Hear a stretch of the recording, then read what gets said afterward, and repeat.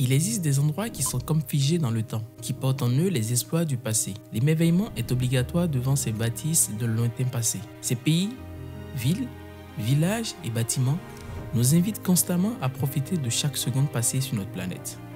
Ensemble, nous partirons, mais ils seront encore là pour témoigner de notre passage.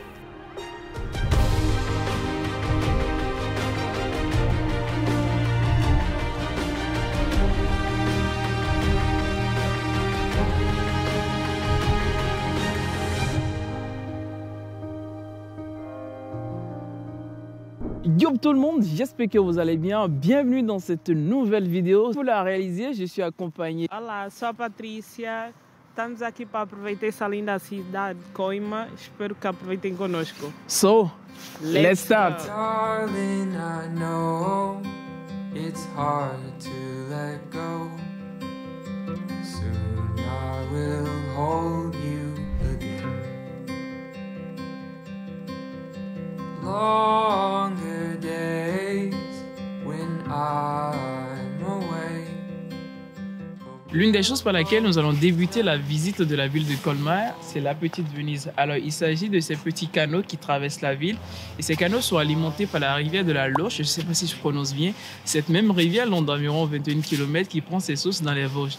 Normalement, ici, c'est beaucoup plus bruyant. Nous avons des restaurants juste devant moi, mais aussi derrière moi. Mais nous sommes venus post-Noël en janvier, donc c'est beaucoup plus calme. Et c'est aussi un bon moment pour visiter la ville de Colmar.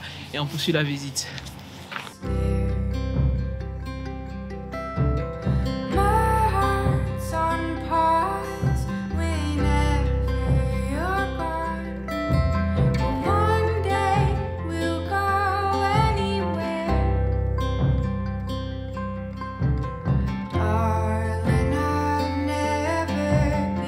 Une des particularités de la région d'Alsace qu'on va retrouver dans la ville de Colmar, ce sont les maisons à colombage. Comme celle qui se retrouve derrière moi, ce sont des maisons qui ont une ossature essentiellement en bois, mais elles représentent également un patrimoine culturel parce que ce sont des maisons médiévales de ce que j'ai lu et compris. See home again.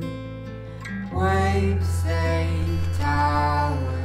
Screams get louder. All I need is your hand in mine.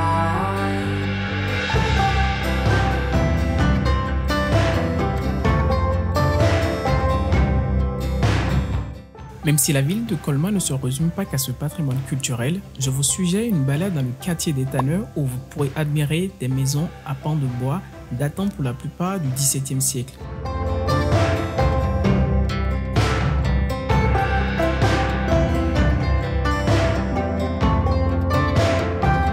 Entre les nombreuses maisons à colombage et le collégial Saint-Martin, retrouvez le musée de Bartholdi. Bartholdi, c'est la statue de la liberté. Le sculpteur fut avec l'aide de Gustave Eiffel à l'origine de l'un des monuments les plus célèbres des États-Unis.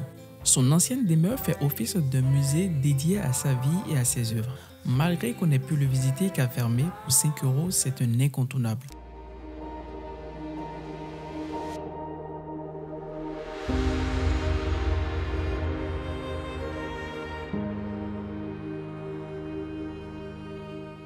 Très important à découvrir dans cette ville de Colmar, c'est la cathédrale Saint-Martin ou encore le collégial Saint-Martin. Alors, il s'agit d'une église gothique construite entre le 1235 et le 1365, si je ne dis pas de bêtises. Et c'est la deuxième cathédrale la plus grande de l'Alsace, après celle de Strasbourg, bien évidemment. Et je pense que le plus important et le plus intéressant, c'est de faire voler mon drone et de vous montrer les belles images de cette cathédrale. Allez, c'est parti!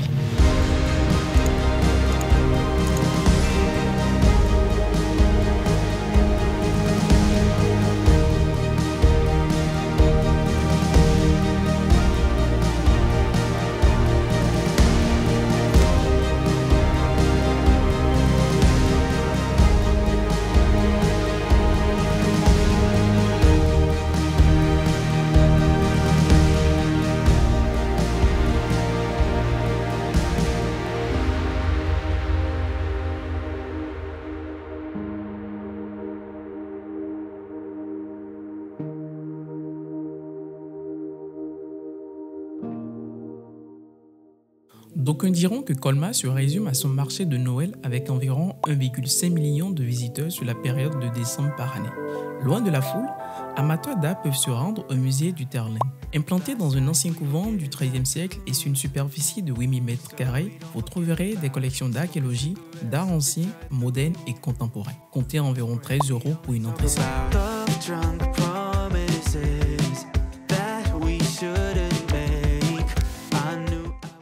À la fin de votre balade en centre-ville, offrez-vous un moment de détente à la place de la Râpe. Donnant sur le champ des Mars, on y retrouve l'œuvre de Bartholdi en la mémoire du général de guerre Jean Rapp. Petite anecdote, ces statues étaient exposées à l'origine sur les Champs-Élysées à Paris.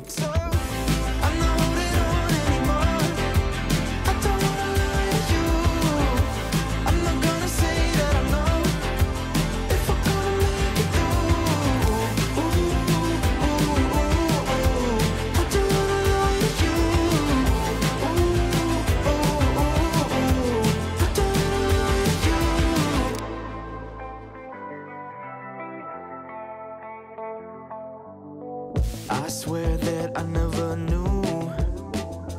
I was being honest. You say I'm casually cruel. Même si le mot Alsace ne rime pas avec village, la région abrite un bon nombre de petites communes dont la beauté et l'authenticité sont reconnues outre-Atlantique. C'est à la recherche de cette chaleur que nous prenons la direction de Kaysersberg, le long de la route des vins d'Alsace. Situé à environ 12 km de Colmar, ce village, ancienne ville d'Empire, fut élu le plus beau village de France en 2017.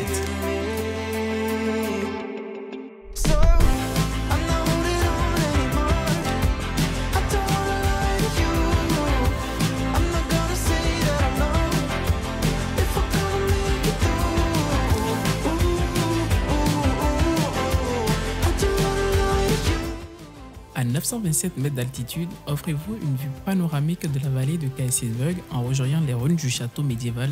Son donjon de 4 mètres de haut est accessible via un escalier de 112 marches et offre une vue extraordinaire sur toute la vallée. Allez, bonne découverte!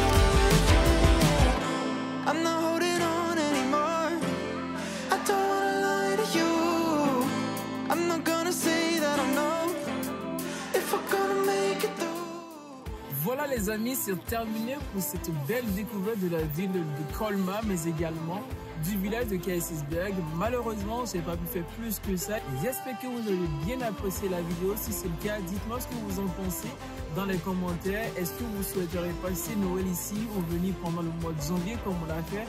De toutes les façons, la région d'Alsace offre beaucoup de choses à voir et je ne vous souhaite qu'une seule chose, c'est de la découvrir par vous-même. C'était Williams.